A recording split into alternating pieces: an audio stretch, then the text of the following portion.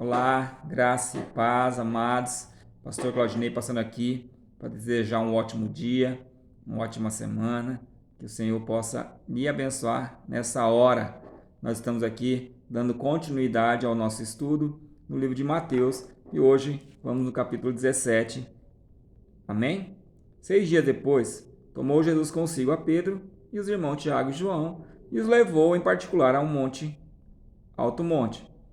E foi transfigurado diante deles, o seu rosto resplandeceu como o sol, e as suas vestes tornaram brancas como a luz. Olha só o que está acontecendo aqui, irmão. Ele leva os três, sobe no monte, e o que acontece lá no monte? Eles veem Jesus transfigurado, eles veem Jesus ressurreto. Jesus aparece para eles resplandecendo, ou seja, o corpo de Cristo ressurreto. E olha só, e eis que lhe apareceu Moisés, Elias, e Elias falando com ele. O que está acontecendo naquele alto, daquele monte, irmão? Jesus transfigurado, ressurreto. Aparece Elias e Moisés. Está rolando um avivamento, irmão. Imagina só que loucura que está acontecendo lá. Moisés e Elias. Moisés representando a lei, Elias representando os profetas e Jesus. Olha só, então diz Pedro a Jesus: Senhor, bom estarmos aqui. Se queres, farei 3 tendas, uma para ti, outra para Moisés e outra para Elias. Falava ele ainda quando uma nuvem luminosa os envolveu. E eis que vindo da nuvem uma voz que dizia: Este é o meu filho amado, em quem me comprazo, a ele ouvi. Olha só o que está interessante, olha o que está acontecendo aqui. Pedro, olha Pedro, Pedrão é uma benção, né? Pedro compara os três, equipara Moisés, Elias e Jesus.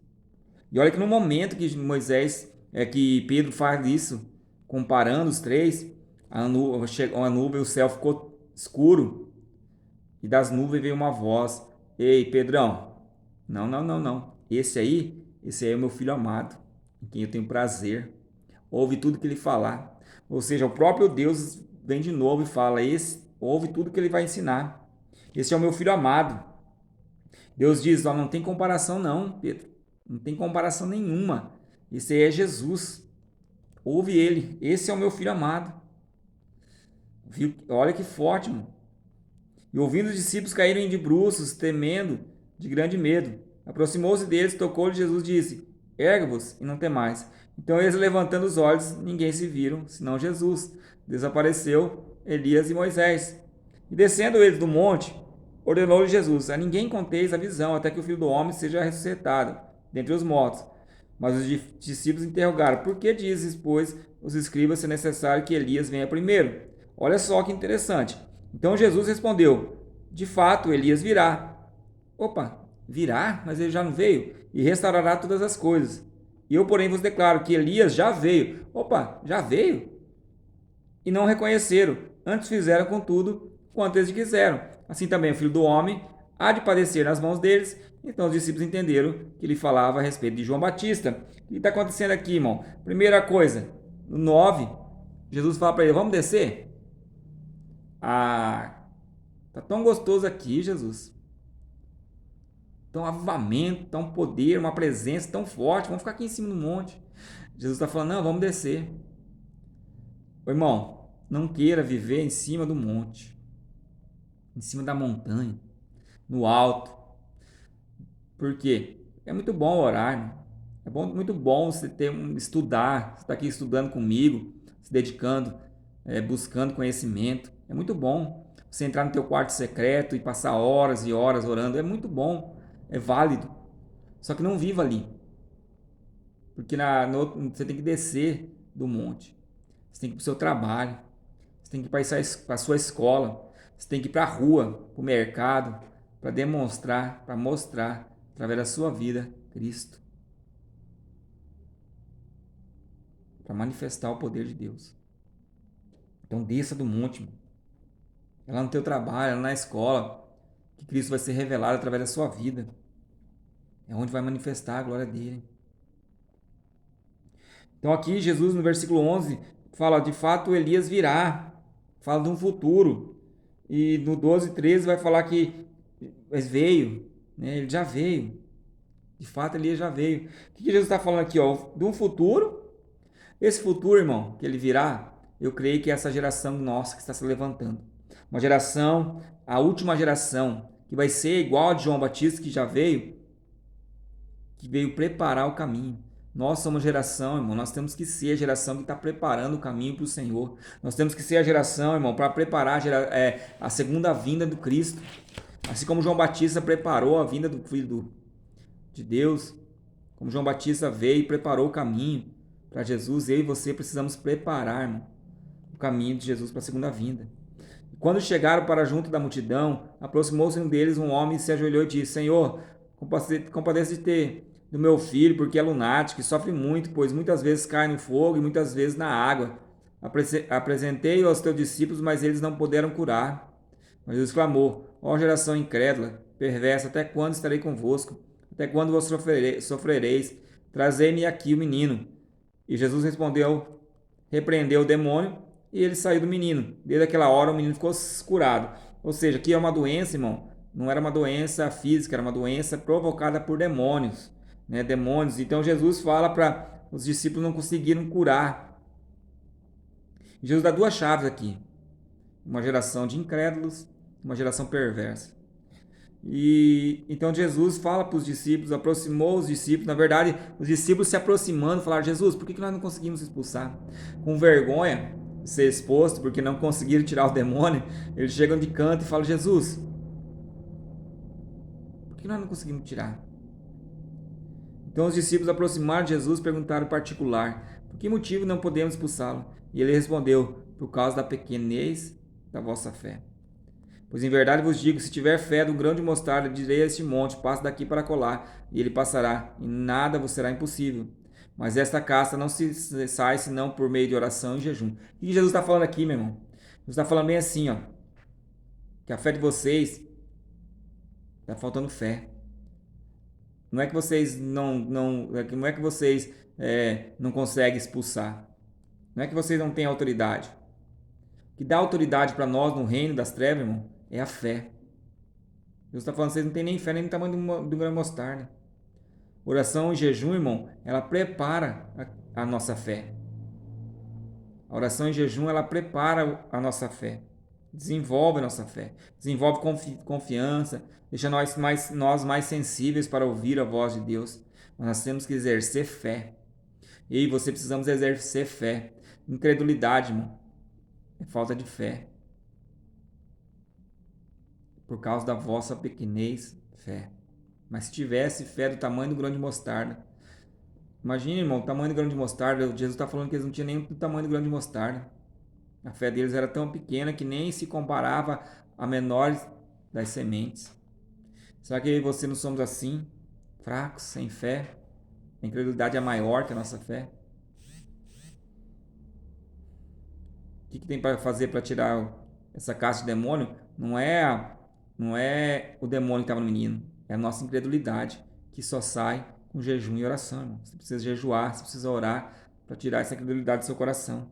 Versículo 22. Reunido eles na Galiléia, disse-lhe: Jesus, o Filho do Homem, está para ser entregue no meio dos homens, e estes os matarão, mas ao terceiro dia ressuscitará. Então os discípulos se entristeceram grandemente. Olha só, Jesus está falando: olha, eu vou ser entregue, eu vou ser crucificado, eu vou morrer, mas eu vou ressuscitar. E eles ficaram tristes.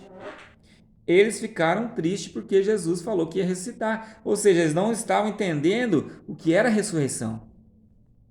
Eles não entenderam o que Jesus estava falando sobre ressurreição. Jesus está dizendo: eu vou ressuscitar. Tendo eles chegado a Cafarnaum, dirigiram-se a Pedro os que cobravam o imposto das 2 dracmas e perguntaram: não paga o vosso mestre as 2 dracmas? Sim, respondeu ele. Depois chegaram para Pedro, porque Pedro era o mais velho, era o mais conhecido da galera. Então eles chegaram para Pedro e perguntaram: Pedro, Jesus aí não paga imposto? Vocês não pagam imposto, não? Aí ele respondeu: sim. E ao entrar Pedro em casa, Jesus lhe antecipou, dizendo: Simão, para que não pareça que de quem cobram os reis da terra imposto, Deixa eu voltar aqui no 21, 24 para nós entender melhor. Tendo ele chegado a Cafarnaum, dirigindo-se a Pedro, os que cobravam o imposto das 2 dracmas, perguntaram: Não paga o vosso mestre as 2 dracmas? Sim, respondeu ele. Ao entrar Pedro em casa, Jesus lhe antecipou, dizendo: Simão, que te parece? De quem cobram os reis da terra imposto? Dos tributos? Dos filhos ou dos estranhos? Respondeu Pedro: Dos estranhos. Jesus disse: Logo, então, estão isentos os filhos. Ou seja, Jesus dá a entender o que para Pedro? Pedro, você é filho de quem? Você é filho de Deus. Você é livre. Jesus está dizendo: você é livre, você não precisa pagar nada, você não precisa fazer nada, você tem liberdade dos filhos. Teu pai é o dono de tudo. Você é filho. Ele está dizendo: você precisa entender, Pedro, de quem você é filho. Quem é o seu pai? Ei, você precisamos entender quem é o nosso pai. E você precisamos entender quem é Deus na nossa vida. Jesus está falando para Pedro: Pedro, a sua identidade está firmada em Cristo. Você é filho de Deus. Você é livre. Só que aí vem o 27, mas... Aí quando vem esse mas, sabe como que é, né? Sempre tem um porém. Porém, para que não escandalizarem, para não escandalizarmos, vai ao mar, lança o anzol, e o primeiro peixe que fisgar, e abrindo-lhe a boca achará um estáter. Toma, entrega-lhes por mim e por ti. O que Jesus está falando bem assim? Olha, existe uma coisa, Pedro. Existem algumas coisas que nós não devemos fazer para não escandalizar os irmãos imaturos na fé. Jesus está falando: olha, nós não precisamos pagar nada, não. Não precisamos fazer nada, não. Mas agora, para não escandalizar os outros, os imaturos, vamos lá e faz. Vai lá e pega um peixe. Dentro do peixe vai ter 2 pedras preciosas, 2 starter, 2 dinheiro. Você paga para mim e paga para você. É o preço certinho. Jesus está falando bem assim, ó. Para mim e para você, irmão. Tem algumas coisas que nós devemos deixar de fazer, ou outras nós temos que fazer, para não escandalizar os fracos na fé. Mas não é pecado, pastor. Tudo bem. Mas vai escandalizar? Não faça. Pastor, mas isso aqui não tem nada a ver.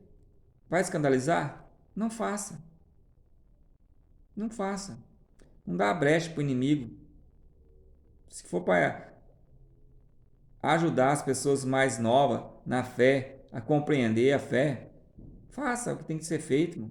Cumpra certinho. Não dá lugar para escândalos, não. Jesus está falando. Evita o escândalo. Eu e você precisamos evitar o escândalo. Mesmo que não seja pecado, mesmo que não seja errado, existem coisas na nossa vida que nós devemos evitar. E aqui Jesus fala aqui, ó, vai lá no mar e pega o primeiro peixe. O que Jesus está falando? Olha, os recursos para patrocinar e avançar o reino de Deus está na sua profissão.